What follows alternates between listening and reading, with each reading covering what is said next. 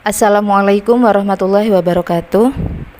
Baik anak-anak, sebelum kita belajar, kita mulai berdoa dulu. Doa sebelum belajar. Bismillahirrahmanirrahim. Raditu billahi rabba wa bil islami dina wa bi Muhammadin nabiyyan wa rasula. Rabbi zidni ilma warzuqni fahma. Amin ya rabbal alamin.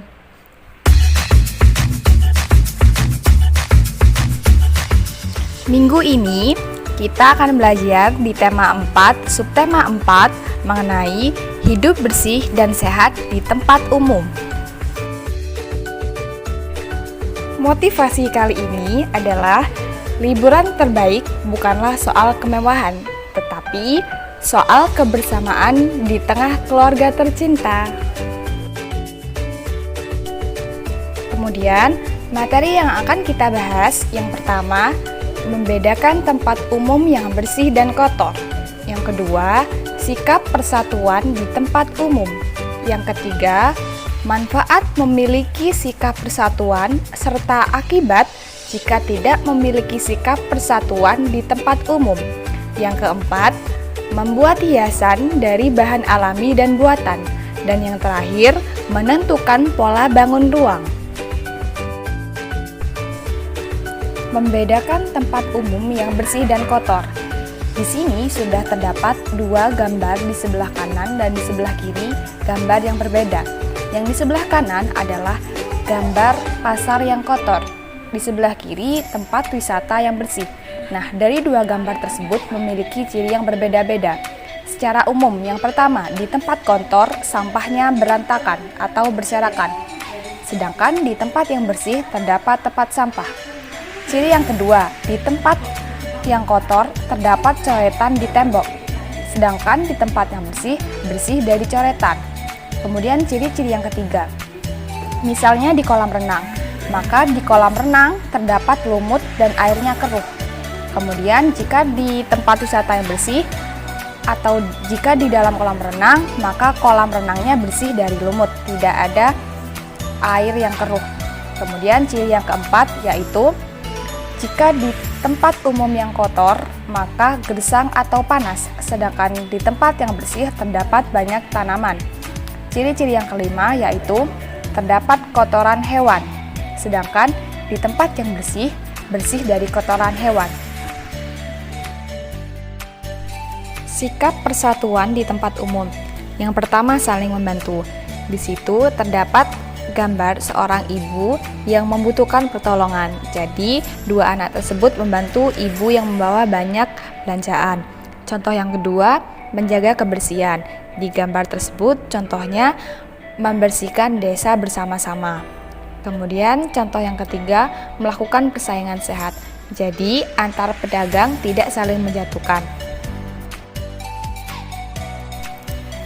Contoh sikap persatuan di tempat umum yang selanjutnya yaitu saling menjaga keselamatan. Contoh di gambar mengenai seorang anak yang membantu orang tua menyeberang jalan. Selanjutnya yaitu mematuhi peraturan di tempat umum. Jadi setiap ada peraturan di tempat umum maka kita wajib mentaatinya. Manfaat memiliki sikap persatuan di tempat umum. Yang pertama, terjalin kerukunan. Di sini contohnya ketika di perpustakaan tidak berebut. Yang kedua, tercipta toleransi. Contohnya ketika di bus mempersilahkan yang tua duduk terlebih dahulu.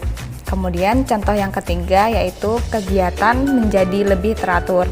Contohnya antri di loket dengan tertib. Akibat tidak memiliki sikap persatuan di tempat umum. Yang pertama, timbulnya pertengkaran. Yang kedua, munculnya sifat egois. Yang ketiga, terjadi kekacauan. Yang keempat, terjadi perpecahan antar sesama. Dan masih banyak lagi akibat karena tidak memiliki sikap persatuan di tempat umum. Membuat hiasan dari bahan alami dan bahan buatan. Yang pertama dari bahan alami. Untuk membuat hiasan dari bahan alami, di sini Ustazah punya contoh dari daun kering. Untuk membuat karyanya, maka yang dibutuhkan bahan lainnya yaitu kertas HVS dan lem. Nah, di sini ada juga hasil-hasil karya yang sudah jadi. Terdapat landak, burung, dan kupu-kupu.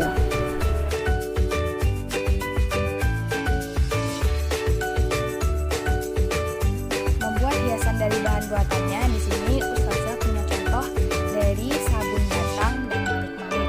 Kalau dari sabun batang, contoh karyanya itu bisa dibuat bunga, sedangkan yang manik-manik bisa dibuat sebagai gelang. Anak-anak, pada materi sebelumnya kita sudah belajar mengenai pola bangun datar. Nah, pada tema kali ini kita akan belajar mengenai pola bangun ruang. Di sini Ustazah sudah punya beberapa contoh pola bangun ruang. Yang pertama ada bangun ruang kubus, kemudian bangun ruang balok, kemudian bangun ruang kubus lagi, dan bangun ruang balok. Nah, anak-anak, kira-kira selanjutnya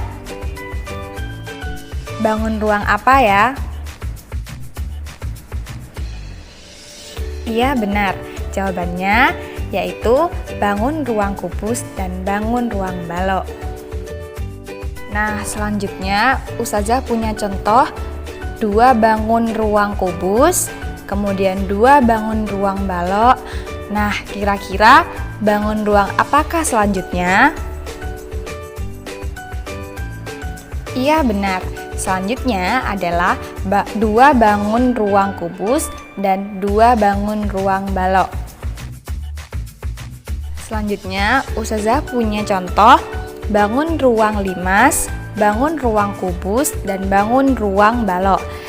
Pola selanjutnya juga sama demikian, yaitu bangun ruang limas, bangun ruang kubus, dan bangun ruang balok.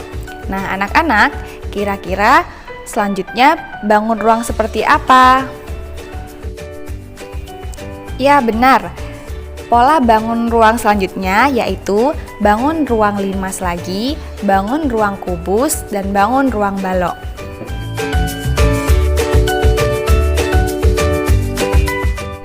Anak-anak, sekarang ayo kita coba kerjakan contoh soal berikut.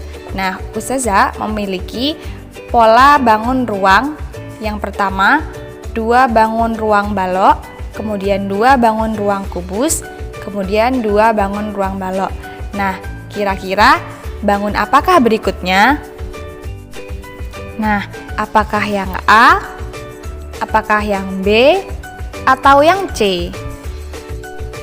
Ya, jawabannya yang A, dengan pola 2 bangun ruang balok, 2 bangun ruang kubus, 2 bangun ruang balok, dan 2 bangun ruang kubus. Nah, anak-anak, untuk lebih memahami, Ustazah akan memberikan latihan soal dalam bentuk PDF. Anak-anak silakan mengerjakan ya.